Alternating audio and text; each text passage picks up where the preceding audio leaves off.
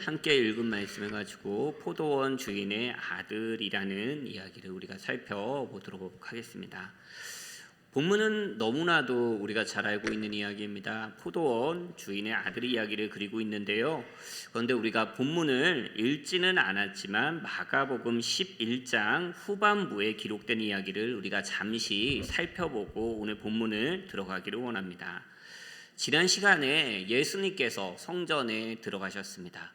그리고 매매하는 자들, 돈 바꾸는 자들, 비둘기 파는 자들을 둘러 엎으시며 성전을 깨끗해 하신 사건을 우리가 살펴보았습니다.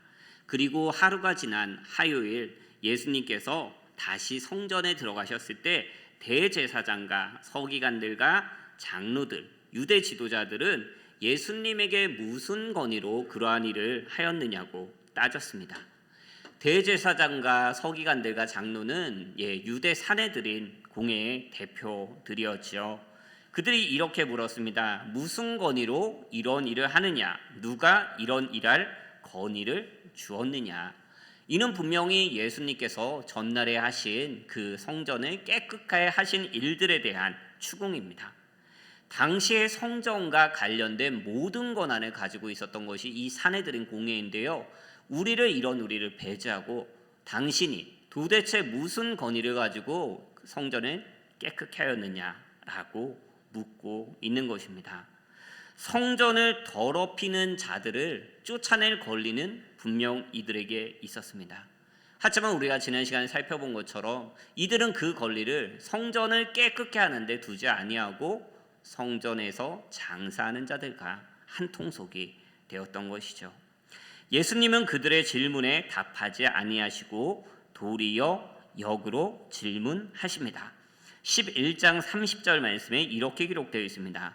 요한의 세례가 하늘로부터냐 사람으로부터냐 내게 대답하라 라고 예수님께서 물으십니다. 유대 종교 지도자들은 이 질문에 대답을 잘 해야 됩니다. 만약 요한의 그 권위가 하늘로부터 온 것이라는 것을 말하면 세례 요한의 말을 듣지 아니하고 세례 요한을 받아들이지 아니한 그들을 정죄하는 것이 됩니다.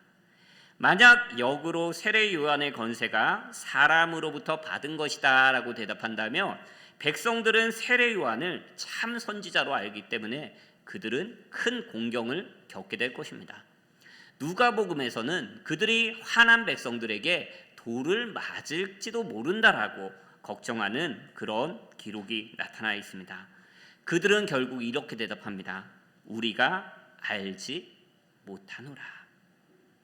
그런데 여러분, 예수님이 하신 이 말씀 그리고 그들이 한 대답을 한번 잘 생각해 보십시오. 요한의 세례가 하늘로부터냐 사람으로부터냐? 예수님께서 이 말씀을 하신 의미가 무엇일까요?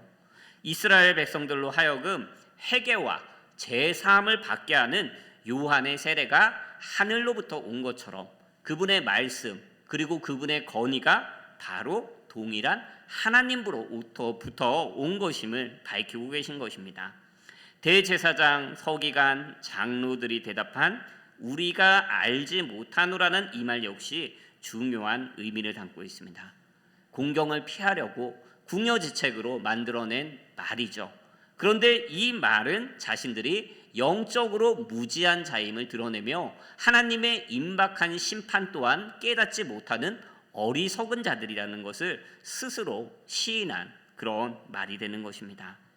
오늘 이어지는 말씀에서 예수님은 자기 욕심을 채우려고 하나님이 보내신 선지자들과 하나님의 아들을 인정하지 않는 유대 종교자들의 모습을 포도원의 농부로 나타내십니다. 1절 말씀을 보도록 하겠습니다. 한 사람이 포도원을 만들어 산울타리로 두르고 집자는 틀을 만들고 망대를 지어 농부들에게 새로 주고 타국에 갔더니 라고 기록되고 있습니다. 예수님께서 말씀하시는 이 비유의 이야기는 이스라엘에서 그다지 어렵게 찾아볼 수 있는 모습이 아닙니다. 많은 땅에서 포도 재배가 이루어졌고 포도는 팔레스타인 지방의 아주 주요 수출품 중에 하나였죠. 그리고 팔레스타인 땅에는 이처럼 주인이 포도원을 만들어서 소작인들에게 세를 주고 다른 나라로 떠난 이런 포도원들이 많이 있었습니다. 소작이는 주인이 추수할 무렵 수금하기 위해 보낸 종들에게 추수한 것 중 일부를 소작료로 전달하고 하였습니다. 그런데 여러분 1절 말씀을 다시 한번 보십시오. 주인이 만든 포도원이 어떤 포도원인가? 주인은 단순히 포도원만 이렇게 덩그러니 만들어 놓고 그냥 다른 나라로 떠난 것이 아니에요. 이 포도원은 1등급 포도원이라고 할 수 있습니다. 돌로 만든 울타리는 도둑과 야생동물로부터 이 포도원을 안전하게 지켜주었습니다. 포도즙을 담은 구유와 수확한 포도를 모아놓을 망대까지도 갖춰져 있었습니다. 이것이 무엇을 의미합니까? 주인은 농부들이 그 포도원에 들어가서 그 모든 시설을 거저 누리며 살도록 만들어 주었다라는 것이죠. 이 비유는 하나님께서 이스라엘 백성들에게 주신 가나안 땅, 축복의 땅 가나안을 상징합니다. 성경 말씀을 보면 이스라엘 백성들에게 하나님은 그들이 짓지 않은 집을 주셨고 그들이 심지 아니한 가시를 주셨다라고 기록하고 있습니다. 이것은 분명히 하나님의 놀라운 은혜였습니다. 그렇습니다. 이 비유에서 포도원 주인은 바로 하나님을 의미합니다. 한 사람이 포도원을 만들어 농부들에게 새로 주고 타국에 갔더니 예수님께서 이 말씀을 하셨을 때 아마도 종교 지도자들은 예수님의 이 이야기가 이사야 5장 말씀을 배경으로 한다라는 것을 바로 알아챘을 것입니다. 이사야 5장 1절에서 2절 말씀을 보도록 하겠습니다. 나는 내가 사랑하는 자들을 위하여 노래하되 내가 사랑하는 자의 포도원을 노래하리다. 내가 사랑하는 자에게 포도원이 있으며 심히 기름진 사내로다. 땅을 파서 돌을 재라고 극상품 포도나무를 심었도다. 그 중에 망대를 세웠고 또 그 안에 술틀을 팠도다. 좋은 포도 맺기를 바랐더니 들포도를 맺었도다. 이 말씀이 오늘 말씀의 배경이 되는 것입니다. 여러분, 포도원 주인이 하나님입니다. 그리고 포도원은 이스라엘을 말합니다. 그렇다면 이 이야기에 등장하는 소장, 농부들은 누구를 의미하겠습니까? 바로 유대 종교 지도자들이었던 것이죠. 이들은 포도원, 이스라엘을 맡은 자들이었습니다. 그렇다면 잘 이끌어야죠. 하나님의 뜻대로, 주인의 뜻대로 이 포도원이 풍성한 열매를 맺을 수 있도록 잘 가꾸고 관리해야 될 책임이 그들에게 있었던 것입니다. 2절 말씀을 보면 이제 포도의 추수의 때가 이릅니다. 주인은 포도원 수출 가운데 얼마를 받으려고 한 종을 보냈습니다. 일반적으로 포도원을 짓고 한 4년에서 5년간의 시간이 걸린다라고 합니다. 그리고 당시에 통상적인 소작료는 절반에서 약 3분의 1 정도였다라고 합니다. 앞서 살펴본 이사야 5장 말씀 그리고 오늘 12장 1절 말씀을 보면 하나님께서는 좋은 열매를 맺을 수 있는 정말 최상의 조건을 만들어 주셨어요. 그리고 주인은 분명 아주 품질이 좋은 포도 열매를 기대하셨을 것입니다. 그렇다면 여러분, 이 이야기에서 소작료는 과연 무엇을 의미할까요? 하나님께서 이스라엘을 자기 백성 삼으시고 가나안 땅에 심으신 데에는 이유가 있었습니다. 그것은 무엇입니까? 주변 나라의 하나님의 영광을 드러내사 온 땅의 구원이 이루도록 하는 것이었죠. 그렇기 위해서 이스라엘 백성들은 하나님의 선택받은 백성, 으뜸된 백성으로서 의와 공평을 추구하며 살아야 했던 것입니다. 그런데 보십시오. 본문을 보면 좋은 포도를 맺지 못하고 들포도를 맺었던 구약의 이스라엘의 상황이 오히려 나아 보입니다. 여러분, 왜 그렇습니까? 농부들이 일개 소작임에도 불구하고 이 포도원을 그들이 집어 삼키려고 계획을 세웠기 때문이죠. 오늘 이 말씀을 볼까요? 2절의 말씀을 보도록 하겠습니다. 때가 이름에 농부들에게 포도원 소출 얼마를 받으려고 한 종을 보내니, 이 말씀에서 말하는 종은 둘로소입니다. 어떤 권리가 없고 자신의 모든 권리가 주인에게 완전히 묶여있는 그런 노예를 말합니다. 본 비유에서는 하나님께서 이스라엘 백성들에게 보내신 그분의 종, 하나님의 선지자들을 의미하고 있죠. 그런데 농부들은 주인이 보낸 종을 어떻게 대우합니까? 그들이 종을 잡아 심히 때리고 거저 보내었거든. 주인의 권한을 가지고 주인의 메시지를 가지고 소장료를 받으러 갔지만 소장료는커녕 그들을 막대합니다. 그리고 이것은 그 종을 보낸 주인에 대한 명백한 반역 행위였습니다. 종교 지도자들은 선지자들의 말을 듣는 대신에 그들을 부당하게 대우하고 그들의 말 듣기를 완고하게 거절했습니다. 3절 말씀에 기록된 거저 보냈다. 이것은 1차적으로는 소장료를 지불하지 않았다라는 것이죠. 빈손으로 보냈다라는 것입니다. 그리고 2차적으로는 더 나아가 최상의 포도 열매를 맺도록 이렇게 포도원을 만들어준 그 주인의 은혜에 전혀 보답하지 못했다라는 것을 의미하는 것입니다. 첫 번째 종이 이렇게 빈손으로 주인에게 돌아왔습니다. 이에 주인은 두 번째 종을 보냅니다. 여러분 어떻게 되었을까요? 참혹한 일이 일어납니다. 이 종은 더 심한 대우를 당해요. 머리에 심각한 상처를 입었다라고 합니다. 주인이 그럼에도 또 다른 종을 보냅니다. 이 종은 심지어 죽음을 당합니다. 주인이 계속해서 종을 보냅니다. 포기하지 않아요. 그런데 보낸 종들마다 가혹한 대우를 받습니다. 어떤 종들은 맞았고 어떤 종들은 죽음을 당했습니다. 유대 지도자들은 이 비유가 자신들을 겨냥하는 그것을 바로 알아들었습니다. 왜 그렇습니까? 이들이 이야기에 나오는 농부가 한 일들은 바로 그들과 그들의 조상들이 그대로 해왔던 일이었기 때문이죠. 하나님이 그분의 종인 선지자들을 보내어 이스라엘 백성들을 악으로부터 돌이키시려고 그렇게 노력하셨건만 이들은 하나님께서 보내신 선지자들의 메시지를 듣지 않았습니다. 때리고 붙잡아 죽였습니다. 앞서 얘기한 것처럼 포도원을 맡아서 관리하는 자들이죠. 하나님께서 맡겨주신 그 나라를 하나님의 백성으로 잘 이끌어갈 수 있도록 하나님 나라의 사명을 잘 감당할 수 있도록 잘 이끌어야 될 지도자들이 자신들의 욕심을 채우는데 급급해서 하나님이 주신 사명을 저버립니다.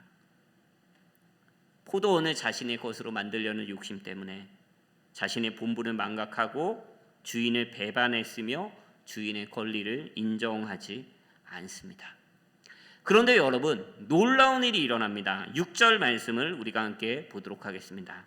이제 한 사람이 남았으니 곧 그가 사랑하는 아들이라. 최후로 이를 보내며 이르되 내 아들은 존대하리라 하였더니 주인은 최후로 사랑하는 아들을 농부들에게 보내며 다시 한번 주인을 인정할 기회를 그들에게 허락합니다.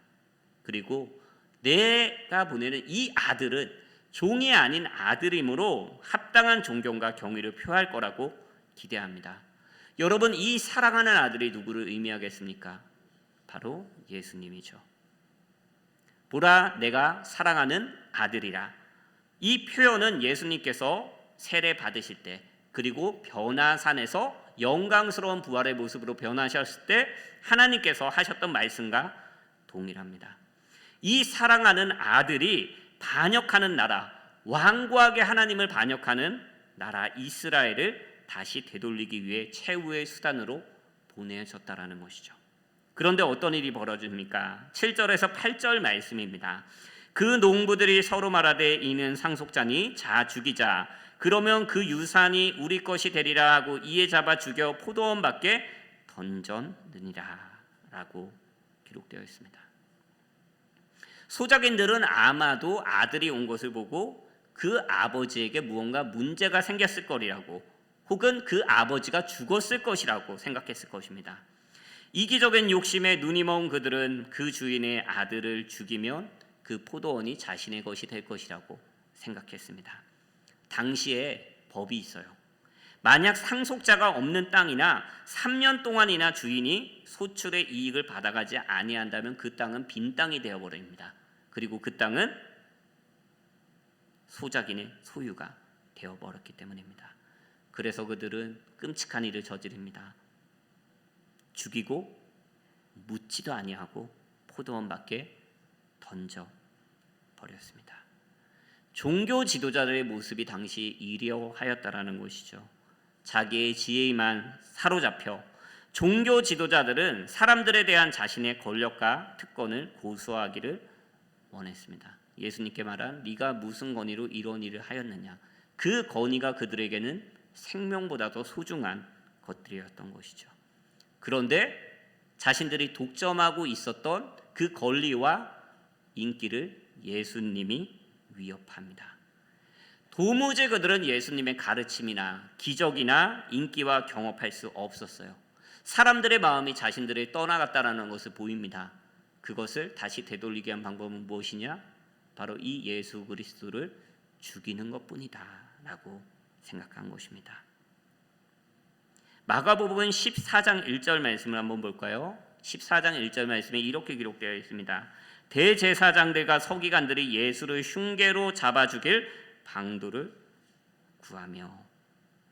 오늘 본문에 나오는 이 이야기의 비유에 나오는 이야기가 너무나도 여러분 동일하죠. 아들을 잡아 죽일 계책을 세웁니다. 그리고 저자 마가가 8절에서 여러분 아들의 몸이 포도원 밖에 버려졌다라는 사실을 기록한 것을 여러분 한번 보십시오. 예수님도 마찬가지로 예루살렘 성 밖에서 죽임을 당하게 될 것입니다. 이렇듯 본문에는 예수 그리스도에 대한 핍박과 배척과 십자가 죽음의 길이 너무나도 뚜렷하게 제시되고 있습니다. 그리고 그것은 무엇보다 10절에서 11절 말씀에서 가장 분명하게 드러납니다. 제가 읽도록 하겠습니다. 너희가 성경의 건축자들의 버린 돌이 모퉁이의 머릿돌이 되었나니 이것은 주로 말미암아 된 것이요 우리 눈에 놀랍다 함을 읽어보지도 못하였느냐. 이 말씀은 시편 118편 말씀을 인용한 것입니다. 소작농들에게 배척받고 죽임당한 아들처럼 예수님은 자신을 건축자들의 버린 돌로 자신을 말씀하십니다. 그런데 이 버림받은 돌이 언젠가는 모퉁이의 머릿돌이 된다라고 하는 것입니다. 여러분들은 머릿돌이 무엇인지 알 것입니다. 모든 건물의 기초가 되는 가장 커다란 돌이 됩니다. 이 돌을 기준으로 위로 그리고 양옆으로 이렇게 차곡차곡 건물이 세워져 가는 것이죠. 건물을 세우는 가장 중요하고 가장 핵심적인 돌이 머릿돌인데 예수님께서요 이 머릿돌이 되신다라는 것이에요. 버려진 돌과 같이 사람들의 멸시를 받을 것이지만 하나님께서 그분을 다시 영광스럽게 회복하실 것이다. 영광스러운 부활의 몸으로 입히실 것이라는 것을 말씀하신 것입니다. 그리고 이 모든 것이 주로 말미암아 하나님께서 창세전에 계획하신 그 계획대로 이루어질 것임을 오늘 예수님은 말하고 있습니다. 자, 그렇다면 여러분 이야기의 농부들은 어떻게 되었을까요? 그리고 이스라엘을 배척한 이스라엘은 어떻게 되었을까요? 예수님은 9절에서 이렇게 말씀하십니다. 포도원 주인이 농부들을 진멸하고 다른 사람들에게 주리라 라고 말씀하십니다. 포도원 주인이신 예수님은 가차없이 하나님은 그 농부들을 멸하실 것입니다. 육에는 그 어떤 변명도 그 어떤 것도 없습니다. 이 말씀은 AD 70년 로마 디도 장군에 의한 예루살렘의 멸망에 의해 역사적으로 이루어집니다. 그리고 이 포도원은 다른 사람들에게 주어질 것이다. 이것은 선민 이스라엘이 그 선민의 자격을 상실하게 될 것이고요. 다른 새로운 백성들이 이 유업을 받을 것이라는 예언입니다. 이 새로운 백성은 유대인이라는 혈통이 아닌 예수 그리스도를 받아들이는 믿음에 의하여 참된 하나님의 백성들이 이 포도원을 받아들일 것이라는 것이죠. 이것은 신약 시대의 교회를 의미합니다. 이렇게 여러분 오늘 본문을 살펴보았습니다. 그리고 이제 우리는 아주 중요한 문제를 다뤄야 합니다. 만약 여기에서 본문에 대한 주의를 그리고 묵상을 멈춰버린다면 우리는 본문이 말하는 가장 중요한 메시지를 놓치는 것입니다. 그런데 이 메시지는 결코 쉬운 메시지는 아닙니다. 특별히 저와 같은 하나님의 종들, 하나님의 사역자들에게는 더더욱 그렇습니다. 여러분 7절 말씀의 농부들의 관점으로 잠깐 시간을 되돌려 보겠습니다. 7절 말씀 한번 띄워 주시기 바랍니다. 저기 멀리서 주인의 아들이 오는 것이 보입니다. 살인을 저질렀습니다. 폭력을 저질렀습니다. 엄청난 일을 저질렀기 때문에 마땅히 군대가 들이닥치거나 군대에 준하는 그런 어떤 사람들이 자신들을 습격할 것이라고 만반의 대비를 하고 있는데 아무런 무장도 하지 않은 포도원 주인의 아들이 오고 있는 것입니다.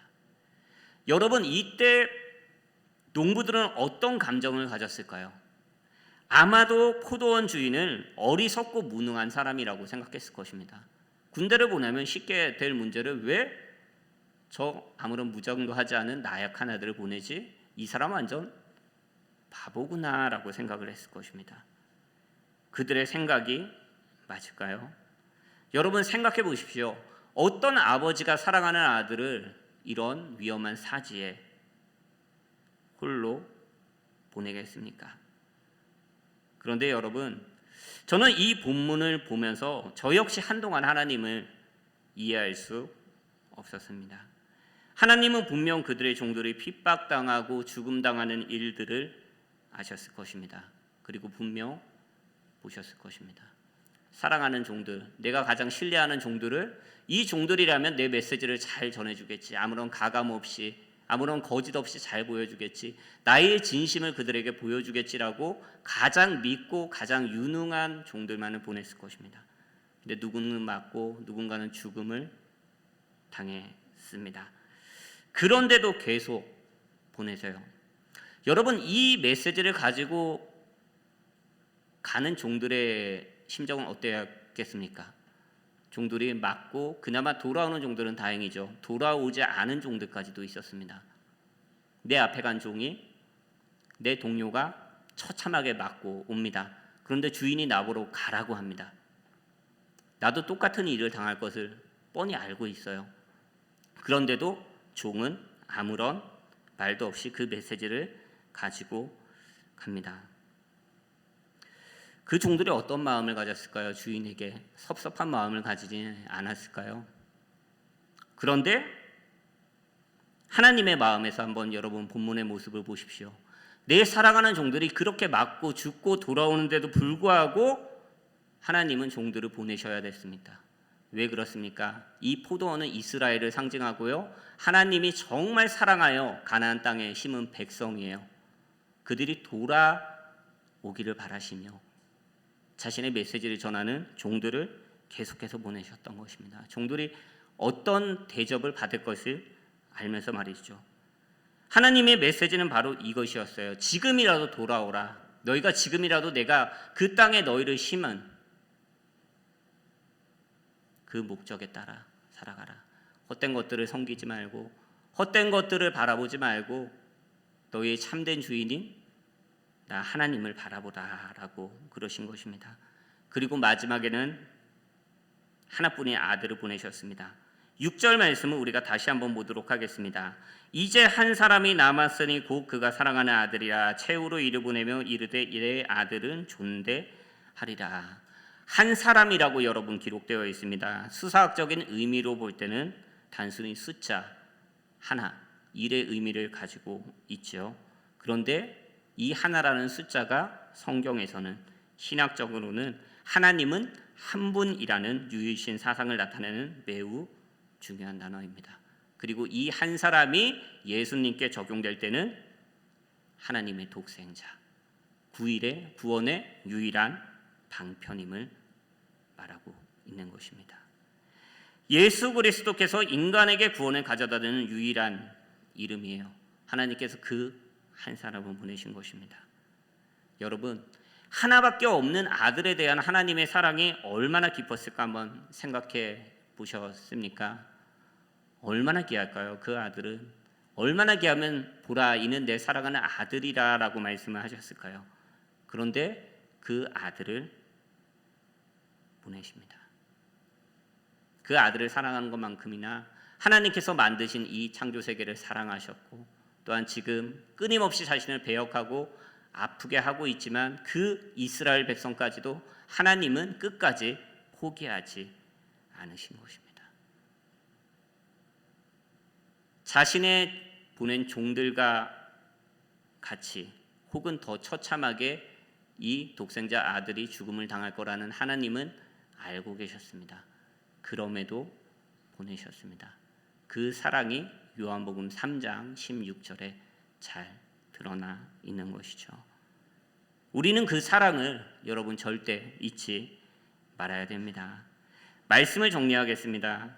예수님께서 하신 이 말씀이 단순히 이스라엘 종교 지도자들에게만 하신 말씀이라고 저는 생각하지 않습니다. 오늘 이 말씀을 묵상하고 함께 읽는 우리들에게 주신 말씀입니다. 이스라엘은 하나님의 율법과 약속을 맡았으면서도 하나님께 아무런 열매도 맺지 못했고 아무런 소산도 바치지 못했습니다. 말라버린 무화과나무처럼 말이죠. 여러분, 은혜를 모르고 은혜를 기억하지 않는 자들을 우리는 어떤 자들이라고 말합니까? 배은망덕한 자들이라고 말합니다. 오늘 본문은 우리에게 질문하고 있는 것 같습니다. 우리를 구원하시고 하나님 나라 백성에 삼아주신 데에서 우리는 진정 감사하고 그 감사하는 마음으로 하루를 살아가고 있습니까?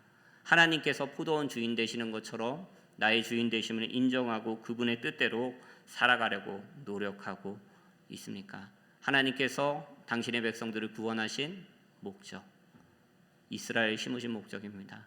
하나님의 그 이름을, 하나님의 영광을 만방에 널리 알리는 전도자로서의 역할을 잘 감당하며 살아가고 있습니까?